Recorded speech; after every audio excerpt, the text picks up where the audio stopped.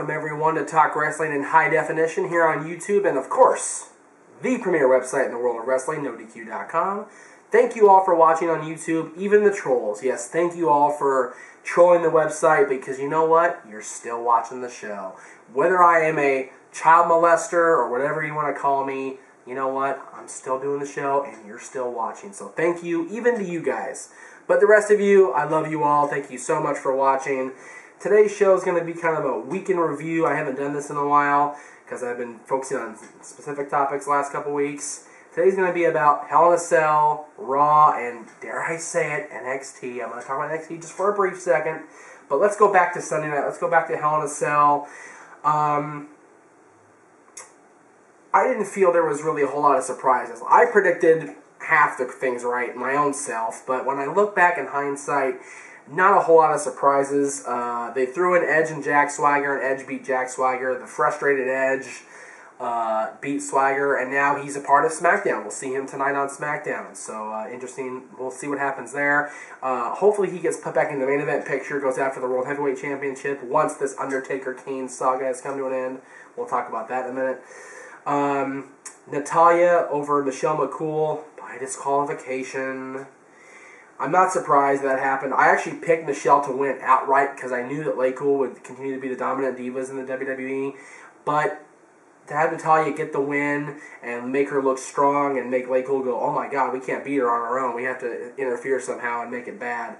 Have Cool lose their cool, I guess, if you will. And then the Bellas beat them on Monday night. Is that what I saw? Yeah. So, Cool's looking slacking, man. They're slacking the last couple days. So, hopefully they get their game back on if they're going to be the Unified Divas Champions. Unified Divas Champions. God, that's a lot of words. Daniel Bryan won. No surprise there. I picked that.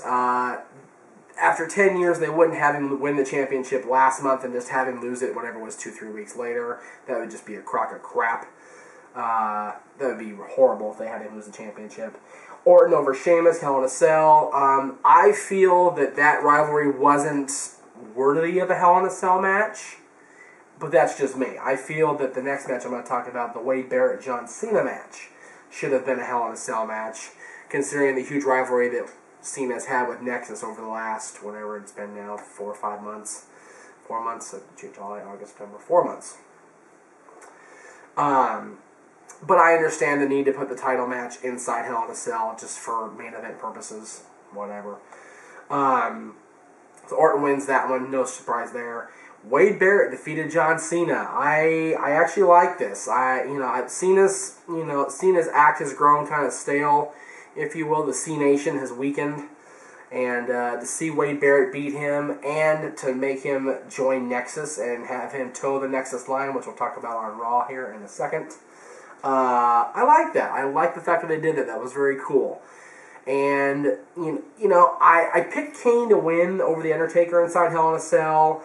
You can almost see the turn by Paul Bearer happening. You guys gotta remember, Paul Bearer brought Kane to WWE in the first place 13 years ago. Kane said this is all part of a 13-year plan. Kane has been known to do things on his own, but in the grand scheme of things, he's always had a guiding light, so to speak. And that's been Paul Bearer over the last few years. Not over the last few years. Paul Bearer's been absent since 2004, and even then he was with The Undertaker.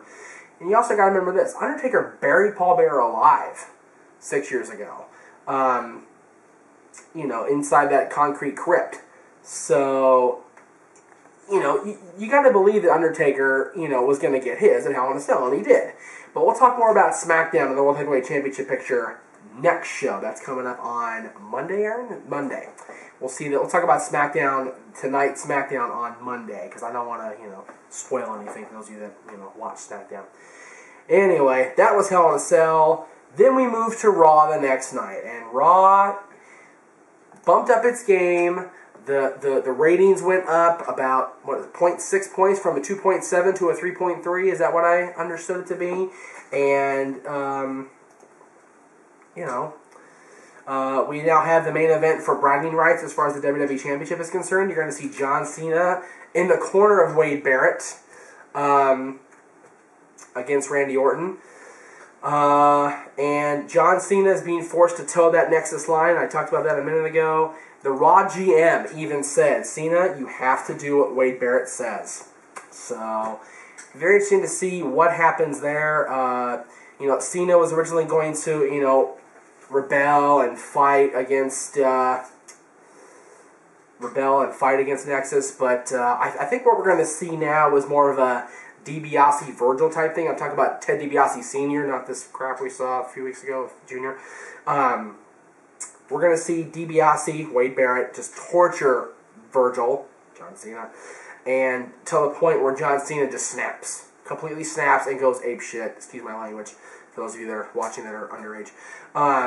If you're watching underage, why? Why are your parents not filtering this crap out? And another thing I want to point out, and Joey Styles even talked about this, and a few other people talked about this. Daniel Bryan's supposed to be the U.S. champion. Okay? He beats Miz and Morrison outright at Hell in a Cell. And then Sheamus comes in Monday night, and he gets DQ'd against Bryan because he's just totally out of control. And then Bryan gets destroyed by Sheamus. Where is the effing logic? Excuse me. I didn't say it, I said effing. In that, destroying the U.S. champion, I understand you want to make Sheamus continue to look dominant and everything, but is that really the way to do it? By destroying the U.S. champion and an internet darling, the favorite of the internet, the favorite of the WWE fans?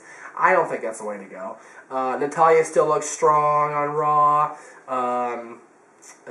Again, the bell is beat, late cool. The $1 million title has been stolen by Goldust.